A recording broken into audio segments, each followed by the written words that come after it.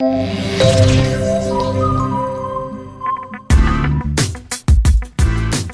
time is it? No, Liz, you get out of this. It's proofing season. So we got Beedoh and King, one of my latest books. I got my author, James Tate. It also happens to be this brother's birthday. Yeah, Happy birthday, James. Appreciate it, man. Appreciate it. So please don't mind the background noise. I got some family here that's here to celebrate me, but I had to hop on to talk to you guys about this book really quick. Yeah, I appreciate it. We've been working on this for like 2-3 years. Yep. It's been 2 years. Yep. It's been a long time, and it's not James' fault. It's my fault. I've been busy, but we've been cooking and stewing and coming up with new ideas.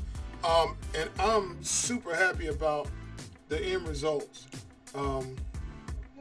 So let's see. Let's do this. Let's actually share the book so we're not talking about it. So I like this book because, one, a brother's writing books for kids. That's crazy important because we need more black men to participate in the education of our children, and they need to know, hey, you can write stories too. Like, this isn't relegated to white men, white women, black women. Black men can write stories too. We can write stories for our boys, our daughters, our families. We can be a part of their learning process and sharing our ideas and what's fun with us.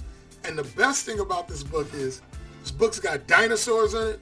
It's got monster trucks in it. It's got fire in it. It's got volcanoes. It's got lava. It's got everything in the world in it. So for me, that was important. Like, that was fun. And when we first started, it wasn't so much, right? We weren't really thinking of all of these things. But as we took the time and we started to build, then the ideas started to come to life. Then we were like, wait a minute, what if we did this? And he'd say, hey, this is a scene that I like. I want to shoot this scene. And I go, oh, what do you think about this? You know, and we're telling the story. He had already written a story, so we started to tell the story and said, well, you know, there's a flying car in this part. And I'm like, well, let's put pterodactyls because pterodactyls fly. You know, and we're like really pouring everything into it that related to the book, which made it really fun. And you don't see very many books where black boys get to be kids too, where they get to have an imagination, where they get to fight dragons or run from dinosaurs or drive monster trucks, right? And it's like, why not? Why can't they? And I feel like this is kind of a pioneer step into a different type of creativity. You know, I tell people all the time, look, I love doing books. I've done 1,000 hair books, but we have to be more than that. I'm not against hair books, but we have to be more than making 1,000 hair books. And for our boys, that is a part of the process, but that can't be the whole process. Do they get to have fun? One of my favorite shows, and James, I'm talking, but I'm going to let you talk, so hold on. I love Stranger Things, right? I love Stranger Things. Why? Because it's a bunch of kids. And that's what movies used to be about when I was a kid. And James, like I think... Goonies. Like the Goonies. Right, man. Okay, you know what I'm talking about, right? Or It. And It is a little older, but it's like what you did in the neighborhood where you went with your friend or your brother and you went on these little side vacations or these side quests and missions, and you just had the time of your life. You know, and we don't make books about that. You know, so it's as if we don't want our boys to explore because we're so afraid that they can't dream. And without dream, you don't have hopes. You have to be able to dream. And so this book was different. It's special because we got to go crazy. And we have to let our boys dream and have imaginations and run from dinosaurs and play with monster trucks and want to drive monster trucks. All right, James, I'm going to shut up. Yeah. Go ahead. No, you set it up perfectly. I mean, this book right here was actually birthed from a dream. It's created by my two sons. My sons are ages 7 and 5, and they actually created this series when they were 5 and 3 years old. And one of the things that I do with them is I encourage them to dream. I encourage them to make up stories. We sit around and I will start a story, and in 30 seconds they have to continue the story. And then when the buzzer goes off, the next one has to pick it up. And I mean, the stories go way left, but it gets their creative juices flowing. And then one day they came to me and said, Dad, we want to be an author like you, but we can't write well. And I said, but you can tell a story. And so they huddled up, and in about 30 minutes they came back with this. And I said, hey, you know what, that's actually a pretty good story. So if you want to tell this story, I'm going to help it. I'm going to actually help to bring your dreams to life. And, you know, me and Ty have been in contact for a while. And I said, man, the next book that I do, you got to do it. And so once my boys created, and they've actually created about 4 different stories in this series so far, I said, Ty, my boys have created this book. They want to be authors. I told him, I said, hey, it's yours if you want it. Sent him the script, man. He hit me back laughing, and he said, man, let's do this, man, because it's needed. And so, you know, my boys are now authors at the age of 7 and 5. 2 young black males have created a book, and I'm so excited for them, and I'm excited to see what else they're going to create in the future. Yeah, I love that. You know, I got 2 little boys as well, and you know, I haven't shown them the book yet. I've been like holding it. I'm going to wait until I get an actual cover and give them one each and say, hey, you know, this is the book and this is the spirit of the book. So they got to see little bits and pieces, but they don't really, because I want it to be like, boom, I want the emphasis to happen. I don't want them to see the bits and pieces too much, right? But I love the fact that, 2 brothers got together and worked on the project, because, you know, I think of a scripture that says, it's great. How good is it for brothers to dwell together in unity? And I met you in real life. You're a big dude. You're bigger than me. I'm a big dude. You're bigger than me. And but we got along. Like, we hit it off right away. I'm like, hey, you know, that's my brother. That's my guy. You know, even when you sent the picture of us, I wish I had the picture to put it up. Yeah, I was like, man, that was a good day, man. Where were we at? We're in Baltimore. Where were we? We were in Chicago. I came to Chicago for the Soulful Book Fest with Asada. Yeah. Yeah, that's right. That's right. Shout out to Asada. Yeah, shout out to Asada. Yeah, that was a great book fair in Chicago every year. But I met you, and I'm like, man, we on the same page. As a matter of fact, this brother tried to save my life. He goes, hey, you got to stop drinking all these Red Bulls. Yeah, man. Hey, I'm like, man, I'm a nutrition therapist, so nutrition is my thing. And I seen my brother throwing back too many Red Bulls. I actually sent him a healthier version. I shifted to him. I said, nah, my brother can't go out like that, man. True story. So there's a whole bunch of people that talk about doing things, but this is a brother who actually does it. So he mailed me like organic energy drinks or something? Yep. And I was like, hey, these ain't bad. So I stopped drinking. I stopped drinking Red Bull. That was about, a year and a half ago, right? Yep, year and a half ago. So I stopped drinking Red Bull. I might have a Red Bull every 7 months, 6 months or something like that. I don't drink Red Bull anymore. When I do drink energy drinks, I'm drinking the healthiest energy drinks available. And I appreciate that. But, you know, it's nice when somebody's putting action behind their words, because he's got another book, The Cool Kids in the Land of the Giants. Did I say that title right, James? Yep. The Cool Kids in the Land of the Giants, right here behind me. That's right. And it's talking about health, and it's such a good book. And, you know, like, to be a part of what he's doing, where he's creating this universe for little brown and black kids that talks about health, that talks about going on adventures, excitement. Then he's got all these other books written that he's sending to me, like, this one is next. This one is next. Not that one. We're going to switch, and this one's going to go next. So, you know, we're both getting excited about all the things we're going to do. And I really, I mean, this book is special to me, though, because I've done over 70 books. I've never done monster trucks, and I've never done dinosaurs. And I love dinosaurs, and I love monster trucks. Like, you know, I'm still a big kid, so for me, you know, this is all right. So, you know, this book has a magical dragon in it too. I mean, listen, we got to talk about Wish the dragon. Yeah, man, Wish. When you read the book, you can tell I didn't come up with any of this. It's just so so left field. It has to come from the imagination of a child, and they go to their tree house and they play in their tree house. They call their tree house the imagination station. That's where they go, and they you know, come up with their different stories and adventures that they go on. And Wish happens to crash land into their tree house one night.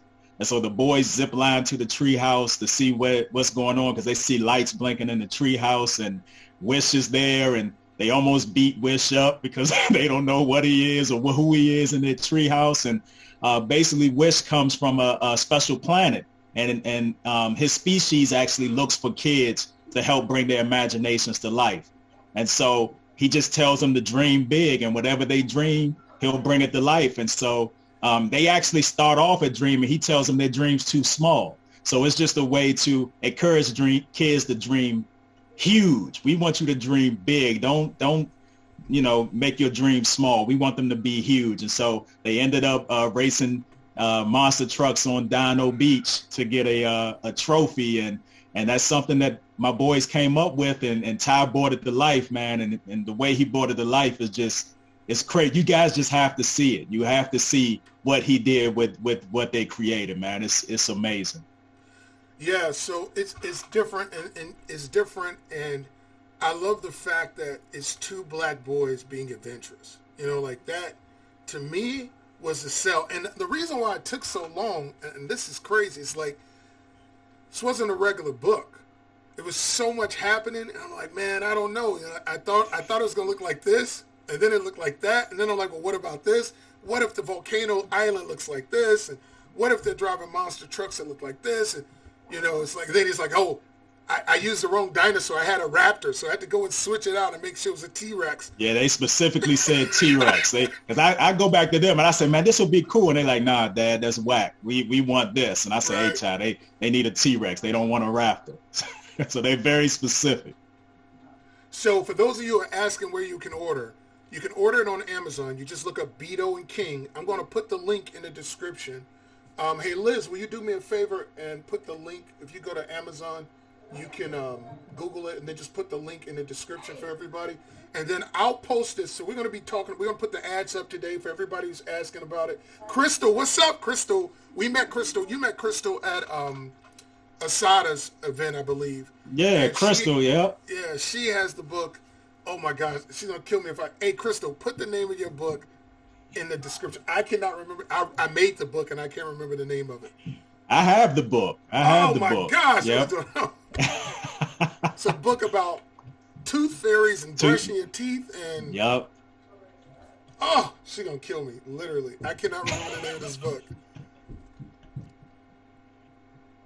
Anyway, it'll come to me as soon as I, don't need it anymore. But anyway, so, yeah, it's a really well-written, well-illustrated book. And this one is like just a special project. It's not like the other one. So we're going to drop the link. Please support, share. Hey, take this video and share this video. So, again, I'm going to give away copies of the book. So how many you want to give away, James? How many copies you want to give away for people who share the book? We're going to give away how many? You get to call it. Let's just say 11. I'm born on the 11th. Today's the 11th. Oh, is my birthday. Boy said it's the 11th. That's what it is. All right, 11. So listen, we're going to do it this way. I'm going to give away 11 copies to, you can give it, if you don't want, if you don't have kids, you can give it to someone else.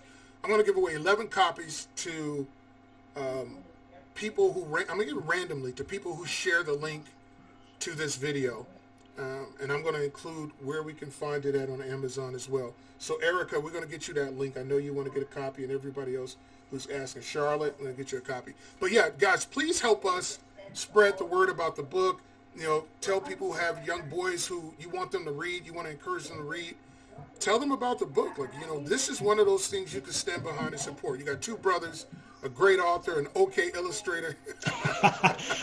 And it's created by kids. It's created by kids. That's the only thing when people ask me, what do I want for my birthday? The only thing I say is just support my sons in this project that they have, man. And, we want to encourage other kids to dream big and to write books as well, because kids know what kids like. And so we want to definitely encourage kids to get into writing, that writing is cool. I was actually when I grew up in D.C. public schools. I'm born and raised in Washington, D.C., and, I was labeled as ain't too much different than the Chi, but, hold on. Hey, don't disrespect Chicago. Hey, I love Chicago. That's two of the blackest cities you can find. That's a good point. D.C. and Chicago. That's a good point.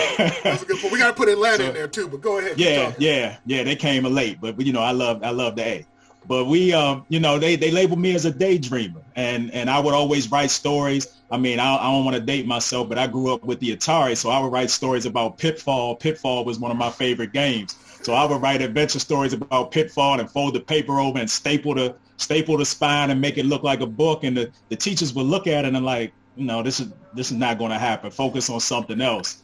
And and it crushed my dreams, right? So I want to help encourage kids to write, to tell your stories. And now that we're in this digital age, because one of the teachers told me that I couldn't write books because my handwriting was bad. And it was terrible. But I'm like, I've never seen a handwritten book. But there was nobody to tell me that. They just told me I couldn't write because my handwriting was bad. So I just want to, I'm actually talking to myself, my younger self. So I'm trying to pour into kids like I wish somebody would have poured into me and not to crush dreams. So we want to definitely encourage kids to create stories, make up stories, and parents encourage the stories. Even though the stories may sound crazy to you, you never know what that story can become. Facts. I'm with him. And, you know, you guys who have been following me, you've heard my story where it's like, man, I wanted to do art. I just didn't know how to make a living. I'm like, how can I make money, man? I tried everything. I got a really funny story, side note. When I was a kid, I don't know, like 13, 14, 15, I started airbrushing jeans, right? Like, I had to figure out how to make money doing art. So I didn't have an airbrush. So I went and got markers and the puff paint. And I just started designing on people's pants, right? That's what I do it all day. I had a little blue jean jacket. I did the back of the jacket. And I remember the principal thinking it was some type of gang thing. And I went to a private school. He was like, well, what does this mean? I'm like, it doesn't mean anything. And he had this, like, you know, that squinty eye look, right? And I'm like, you know, what's the problem? He was looking for a reason to tell me I couldn't wear it. But because he didn't know what it was, he couldn't tell me I couldn't wear it. And that was a lot of what the process was, trying to be creative. Was people trying to figure out ways to tell you not to be creative. And I know they were doing it to protect me. They didn't want me to grow up and be poor, right? But what was in me is what was in me. And it was my destiny. Right. It was the gift that I had. Just like your ability to write was a gift that you have. And even though they couldn't see the future was waiting for us. And it's going to be the same way for our kids. There are going to be things that our kids are going to want to do that's not going to make any sense to us. That's the nature of what it is. It's creativity. What's creative in 2021 won't be creative in 2042. And so we have to allow them to explore ideas. Like, imagine this. Think about this. Let's go back to 1992. And someone starts talking about the internet, and one day I'd be talking to an author across the country, and we'd make a book without ever sitting in the same room and put it on Amazon to sell it. They would fall out of their chair laughing like, what are you, that's crazy. But it's our everyday reality. We do it this is your second book. You got 3 more coming, right? This is my, I don't know, man. I think I'm at the 80th by now. I've been saying 73 for a long time. I have to be like around the 80th something book. I got to count. But this is the reality. And so I love the idea of promoting creativity. I love the idea of young boys being able to see 2 brothers come together and do a project with zero fighting, no arguments, no disagreements, you being extremely patient, me being extremely slow. We still got it. We still got it done. So glory to God on that one. But exactly, I'm definitely proud of this book, man. I mean, this is a dope book. Look at that. It came up just at the right time. Get a copy for your kids. We're going to give away 11 copies to share. Oh, by the way, I know some of the winners from last time are here, and I didn't tell them that they won. Tone Dale, you won a copy of the coloring book we did last time. I'm going to get that to you. And whoever else shares this, I'm going to look out for you. We got 11 copies that Mr. Tate is going to give away. If you have any questions, feel free to reach out to us. You can IM Mr. Tate, DM Mr. Tate. You can DM or IM me. Anything you want to ask, any questions you have, if you're not sure you want to support it, let me know. Talk to me about it. But this is a great book. It's a great book for parents to read. It's a great book for fathers to read to their sons because they might actually enjoy it. So anything else you want to say, Mr. James Tate? Man, I just want... Yeah. Man, I just want to thank you. I want to thank you, man, for bringing this idea to life, you know. And for all authors, you may have a great story, a great children. You may feel like you've written the greatest children's book ever, but you definitely need an illustrator that can bring it to life. And so, my brother, I want to thank you for and Liz, thank you guys for bringing this thing to life, for bringing my kids' dreams to life. Because as a father, all you want to do is see that your kids succeed and see their dreams come to life, man. And you made that happen. And so I'm very, very grateful. And I can't wait to see what else we create in the near future. Yeah, I know we got some more books coming down the pipeline. So guys, make sure you guys are following us. And Staying connected, because everything this man does, I'm going to try to support. Tell them a little bit about the Cool Kids too. Even though tell them, grab it off the shelf, show them what it is. I want people to know about this. Yeah, man. So this is actually the first book that I wrote. This is the Cool Kids in the Land of the Giants, the award-winning Cool Kids in the Land of the Giants. It's this is a book about a group of Christian kids that take on health-related giants that have invaded their land.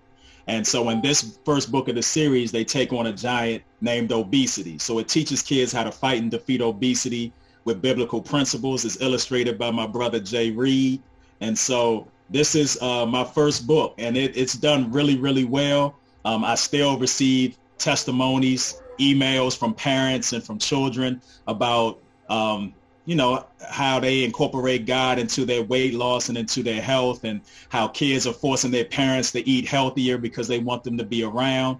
And in the book, the adults have become so comfortable with giants like obesity, high blood pressure, diabetes, depression, living in their land, that it takes a group of kids to come together and say, hey, something's not right. Let's kick these giants out of our land. And so they wear these magic crosses, and they get their power from God in order to defeat those giants. So in this book, you'll learn how to defeat obesity. The kids will teach you how to do it. And it stars my kids. So the two boys, my sons, and the little girl's my niece, and they go and they kick obesity out the land.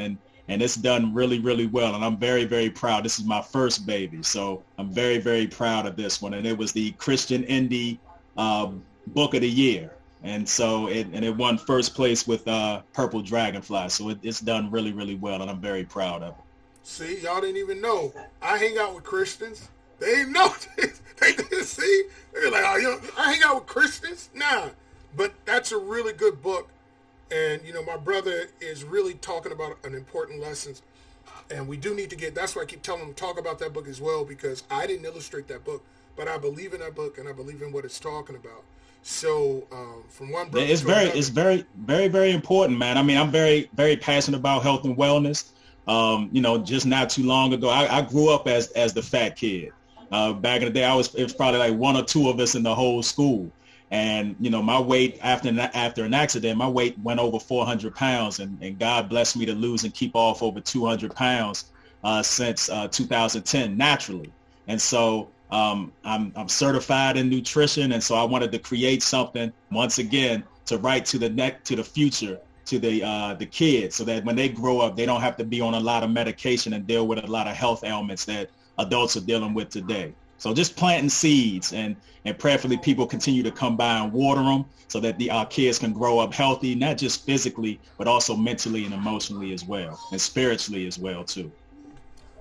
Beautiful. That's facts right there. I love it. The book from my author, Crystal Farmer, is Tom McNulty and the Sugar Mutants. Yep. Man, I'm like, what the? But check her out as well. So thank you, James. Thanks for dropping in. Look, the book is available on Amazon. I think Liz already dropped the link into the conversation. If not, I certainly will. And then you guys will have access to it. And again, please share. Tell people about the book. Share the information. We really appreciate it. I am Mr. Tate. I am me if you got questions. And that's about it. You got anything else you want to say before we go goodbye? Just thank you once again, Ty. Thank you, Liz. And thanks to everybody out there. We appreciate your support.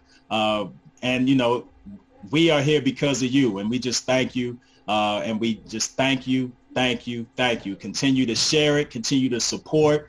And we'll continue to support each other. And I just want to thank you in advance for supporting me and my boys. That's it. Hey, Liz, you want to say anything before we get out? See ya. Yeah, thanks a lot, Liz. Thanks. Hey, Liz is on the timeout. She's not. We put Liz in the back of the classroom for.